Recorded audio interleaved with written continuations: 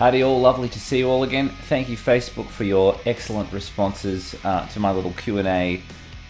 What kind of questions should I answer thing? That was very, very lovely of all of you.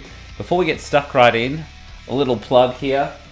I have an accidental shipping of a lot of my original solo albums. So if anyone wants to buy a personally signed copy of Chris's original album, please email me at learnthatsolo@gmail.com. I will also send you a zip of all of the tabs in Guitar Pro 5, 6 and PDF form. So cheeky little plug there. Anyway, without further ado, let's have a look at what some of these questions are about. Okay, the first question comes from Intaz Vavez. I'm very, very sorry if I misenunciated that. What was the first solo that you properly learned, could properly play along to with the original track? Alright, so this would have had to have been between two songs. It was probably grade 5 at the time, so it would have been 10 or 11. I sat down next to the stereo and learned the intro and the solo from Little Wing by Jimi Hendrix. I was obsessed with Hendrix. The first time I played a solo in front of, I think, a bunch of people around the same age was the solo from Heart Spark $sign by Everclear. I remember just being so proud that I learned like that cool guitar-y part in that. So it would be somewhere between Little Wing and Heart Spark $sign by Everclear as my first solo that I could properly play along with the track quite smugly. Okay, let's have a look at the next question. Juan Ayestas asks, when you're jamming along to a solo, when you're learning a song by ear, what is the best method to slow its tempo? And is there any kind of, I think that's meant to be EQing or filtering to raise the lead and guitar sound? That is an excellent question. So anytime you guys or any of my students ask me, I want to learn this guitar solo, I run everything through a program called Audacity. So what I'll do is, I'll get to the point of the song where there's the solo, cut off the rest of the crap that I don't need. As a general thing with an EQ, I'll do a bass cut, so I'll get rid of all of the frequencies that could potentially be chunky and getting in the way of the solo. Another thing that I try to do is I'll try and pan either to the left or the right speaker and see if there's a particularly strong solo signal coming from one of those. So that's one of the ways that I would go about sort of finding the frequencies of what I'm dealing with.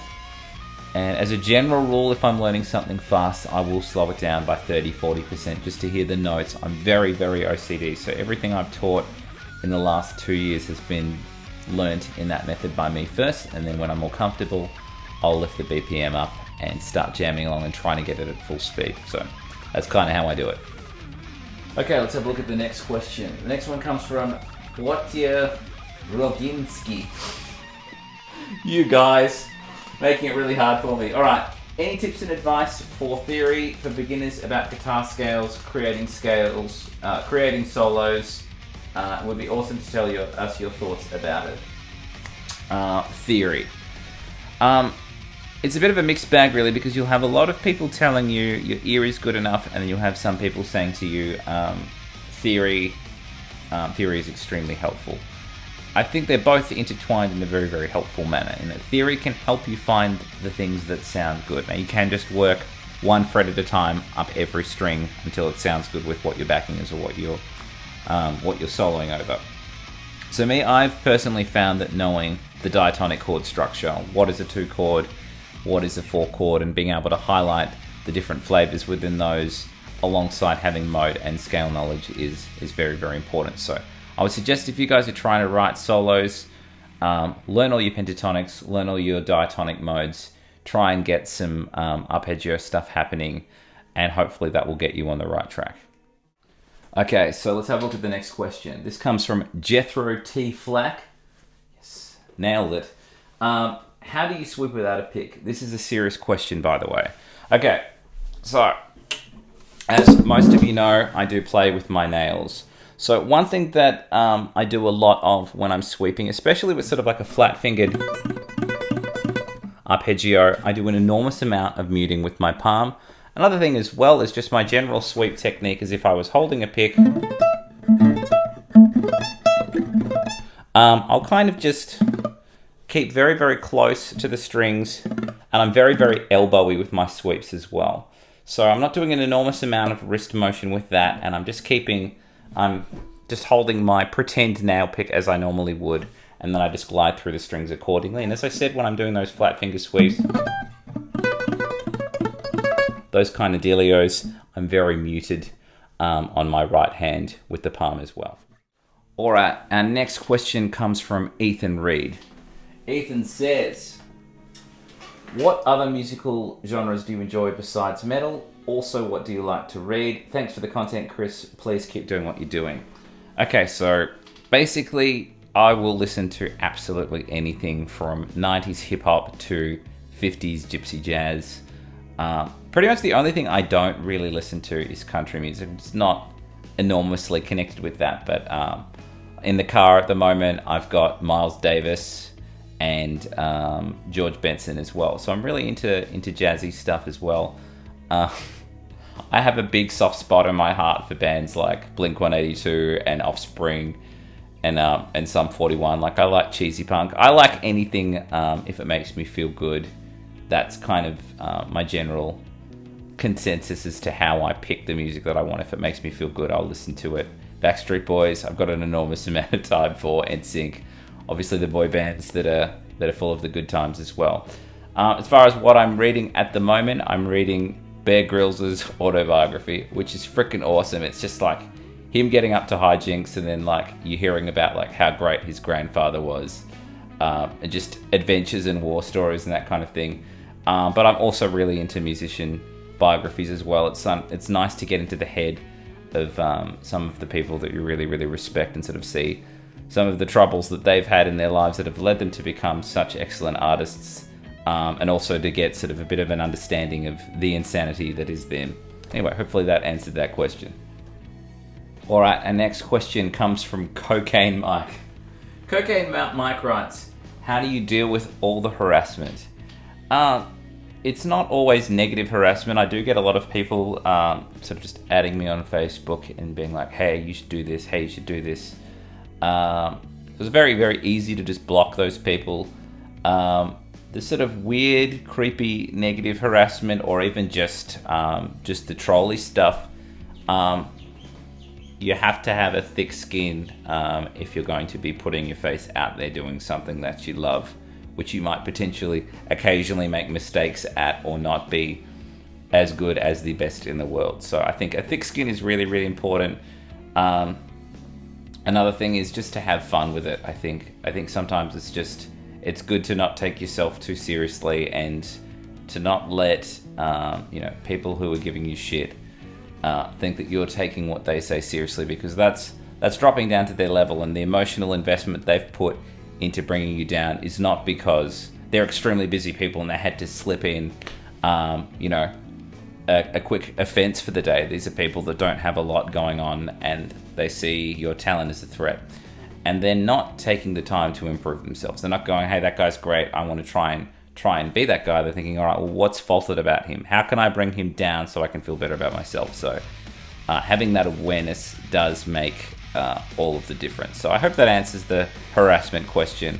Always enjoyed the block this person button as well.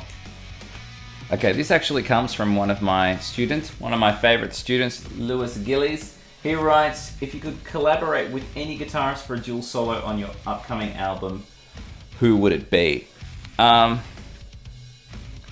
It would be between Marty Friedman, Michael Ackerfeld, or Guthrie Govan. They're my top 3 favorite guitarists, technically, of all time. I do really enjoy Jerry Cantrell and Billy Corgan, Smashing Pumpkins and Alice in Chains, but as far as like a hilarious album solo trade-off, I'd probably go with one of those guys. I do sometimes find my note choice is a little bit on the Marty-esque side, so it might be nice to get someone like Guthrie in who's just going to pick random, stupid, jazzy scale outside notes. So I hope that answers that question. Okay, this question comes from somebody who has known me for a very long time, so I haven't always been this way. He writes, tell us about your fitness journey from being a fat kid to a leaner, fitter guy, and the mental jumps you had to take along the way to get there. This kind of falls under the umbrella of, why do people think that, guitarists get all the girls, and you have these bedroom shredders just being like, ooh, I'm playing notes really fast. Why don't I have a girlfriend yet? And I think a lot of it comes from, I guess, from when I was a chunkier, larger kid. When I was growing up, I did a lot of feelings eating, coming from a broken home and a bit of a tumultuous childhood here and there. And, you know, lots of Coke and chips, and I got really, really chubby. And, you know, you do end up being quite quiet and introverted in those parts of, in at least my early teens. And then in my later teens, I had a friend of mine that was, you know, sort of hitting up the gym. And I was like, yeah, I could get on that. That sounds pretty good. And then I lost the weight, and I was like, you know what? I'm 16 and I nearly look 18. I think I could get a tattoo. So I did that, and I felt really cool. And I started being this, you know, slightly more buff, leaner, you know, better version of myself. And I think the mental jumps that come from that were replacing, you know, always relying on music and food to take away some of that sadness and that tense energy, and actually putting that into something physical and very, very masculine. And I think a lot of the time, heavy metal music is not enough. I mean, you can feel it and you can listen to it and you can play it. But for me, I need to throw that energy somewhere that isn't at someone personally, but just, you know, doing some weights and that kind of thing. And that has been a very, very important part of my journey as a human being, is to sort of befriend exercise so that it helps me with my music and my general state of mind. So hopefully that answers that question, Liam Scott. All right, the next one comes from Cody Fry. Cody asks, who inspired you the most growing up? All right, I'm going to go down the cheese ball alley here, and I'm going to say my older brother, Michael. When we were little, he got a guitar for his 9th birthday. I would have been about 6 or 5 at the time. And I just bitched and moaned because I wanted to do everything he did. We had matching Ninja Turtles outfits. You know, we'd turn our bedroom into like forts and like fight each other, and it was amazing.